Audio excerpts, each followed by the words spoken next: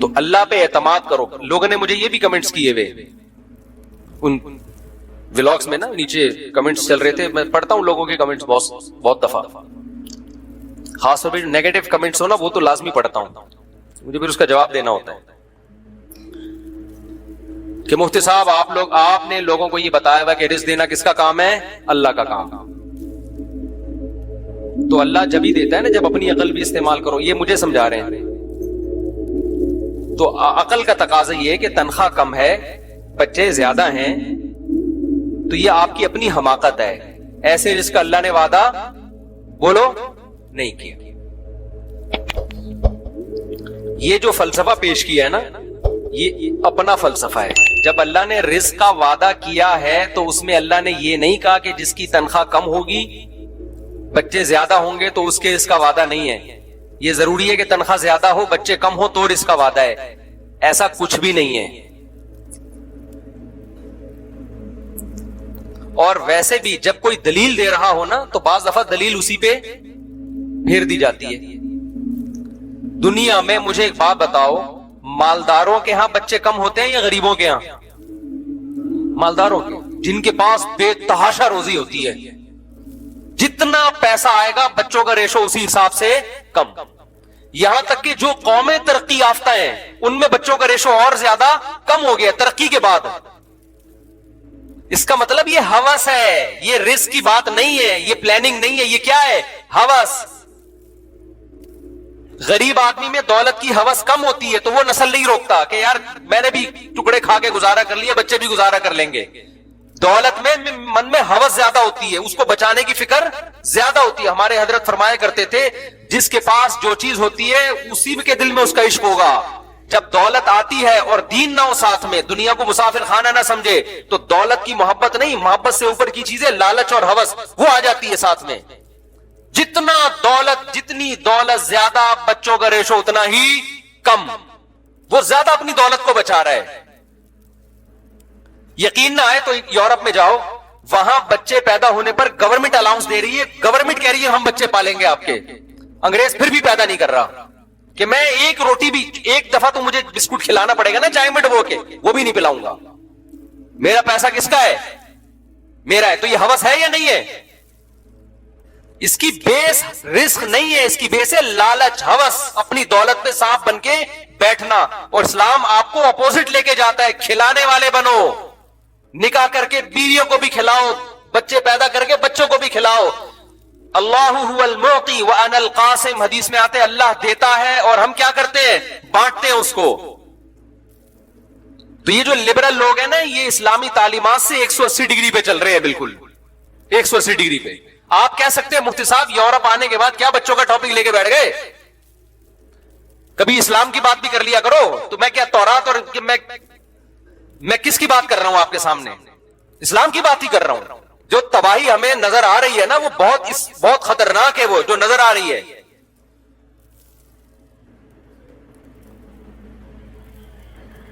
کیونکہ اس سے نسل روکنے کے جو اخلاقی نقصانات ہیں, اخلاقی, ابھی تو میں صرف وہ نقصانات بتا رہا ہوں جو فیوچر میں آپ کو ہوں گے.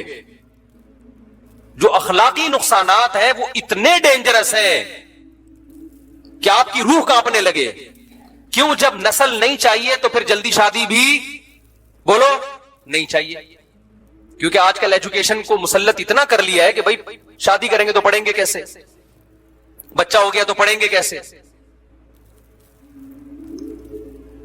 تو پہلا نقصان یہ. دوسرا نقصان کیا ہوتا ہے کہ آپ میں ہوس پیدا ہوتی ہے. ساری دولت کس کی ہے؟ بولو میری. یہ ہوس, یہ نقصان, یہ اخلاقی برائی, یہ نقصان کم ہے کیا؟ تیسری, اللہ پہ اعتماد اور توکل بالکل کیا ہو جائے گا؟ ختم. ساری نظر کس پہ ہوگی؟ اپنے دولت پہ. مسلمان اللہ پہ نظر رکھتا ہے, یار رزق دینے والا کون ہے؟ اللہ. کبھی جیب خالی بھی ہوئی تسلی میں رہے گا, یار دینے والا کون ہے؟ اللہ. چوتھی, جب عورتیں مانع حمل دوائیں کھائیں گی تو ڈپریشن میں جاتی ہیں, طلاق کا ریشو کیا ہوگا؟ بڑھے گا. ویسے بھی جن کے بچے زیادہ ہوں ان میں طلاق کا امکان کم ہوتا ہے, وہ بچے ماں باپ کو جوڑ کے رکھتے ہیں. بچے کم ہوں, آج دیکھو نا کتنے ہمارے پاس کیس آئے ہیں, ذرا سی بات پہ عورتیں اپنے شوہر سے خلا لے رہی ہیں, طلاقیں لے رہی ہیں. کیوں بھائی؟ میں کہتا ہوں بچوں کو کہاں لے کے جاؤ گی آپ؟ بھائی 2 بچے ہیں، ایک 7 سال کا ہو گیا، ایک 10 سال کا ہو گیا، تو اب ضرورت ہی نہیں ہے، خرچہ کورٹ سے بندوا دیں گے، میاں دیتا رہے گا. تو یہ طلاق کا ریشو بڑھنا کوئی اچھا کام ہے؟ اولاد زیادہ ہو، میاں بیوی ایک دوسرے کو بھول کے کس کی خاطر نباہ کرتے ہیں؟ اولاد کی. اور ان کی لڑائیاں بھی کم ہوتی ہیں، مشغول ہو جاتے ہیں اولاد میں. اور پھر جو تنہائی ہوگی آپ کو فیوچر میں، اس تنہائی کو ختم کرنے کے لیے گورا شراب پیتا ہے، آپ کیا پیو گے؟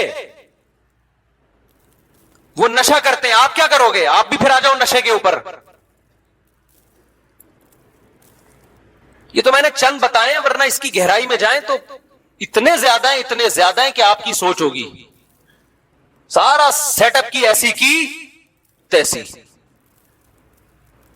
اللہ کا کتنا فضل ہوا، اللہ نے مجھے مولوی بنا دیا. اے اللہ تیرا بہت بڑا فضل ہے، تیرا بہت بڑا فضل ہے. ہم اس عذاب سے اللہ نے ہمیں بچا لیا. میں اکثر بیانات میں کہتا ہوں نا، چند چیزیں ایسی تھیں، میری تعریف کی بات نہیں کر رہا، ہم تو جتنے ظاہر ہے جو ستاری کا اللہ نے معاملہ کیا ہوا ہے نا، انسان اپنی خوبیاں پیش کرتا ہے نا، برائیاں کون بتاتا ہے؟ تو یہ نہ سمجھا کریں جب میں کوئی خوبی پیش کر رہا ہوں تو آپ سمجھیں کہ کوئی فرشتہ آسمان سے اتر کے آ گیا ہمارے سامنے. ہر آدمی میں خوبیاں بھی ہوتی ہیں، خامیاں بھی ہوتی ہیں. خامیوں پہ حکم ہے پردہ ڈالو، اس کو نہ بتاؤ، اور دوسروں کو بھی حکم ہے پردہ ڈالو. تو اس لیے ہم اچھائیاں ہی بیان کرتے ہیں. تو اس سے بس خوش فہمی میں مبتلا نہ ہو جایا کریں کہ پتہ نہیں کتنے نیک ہوں گے. اتنے برے بھی نہیں ہیں، یہ بھی ذہن میں رکھ لیں. اگر ہے بھی تو اللہ جانے، ہم جانے، آپ کو کیوں بتایا؟ ہے نہیں ویسے اتنے. ٹھیک ہے، کلپ آ جاتے ہیں نا، یہ تو خود کہہ رہے تھے کہ ہم اتنے برے ہیں. اللہ کرے کہ ایسا ہو کہ ہم اتنے برے نہ ہوں، اللہ کرے. یہ دعوت تو کوئی بھی نہیں کر سکتا. لیکن ایک بات میں آپ کو بتاؤں، میں جب کالج سے آیا نا مدرسے میں، تو اللہ نے چند قربانیاں ہم سے لی. میں یہ بھی نہیں کہہ رہا میں نے دی، مجھے پتا تھا میں نہیں دے سکتا تھا یہ قربانیاں، یہ اللہ نے زبردستی ہم سے لی. میں توکل سمجھا رہا ہوں آپ کو، توکل. کیونکہ توکل مارکیٹ سے کیا چل رہا ہے؟ شارٹ. اور یہ توکل اگر نہیں ہے نا، کروڑوں روپے کروڑ پتی بن کے بھی ڈپریشن میں مرو گے جا کے. توکل اگر ہوگا تو سوکھی روٹی میں بھی آدمی خوش رہتا ہے. ہم جب مدرسے میں آئے، پہلا تانا، پیسہ نہیں کما سکتے. پیسہ کیا ہوگا؟ کسی مولوی کو کیا جاب ملتی ہے بتاؤ آپ؟ کتنے گریڈ کا آفیسر ہوتا ہے مولانا؟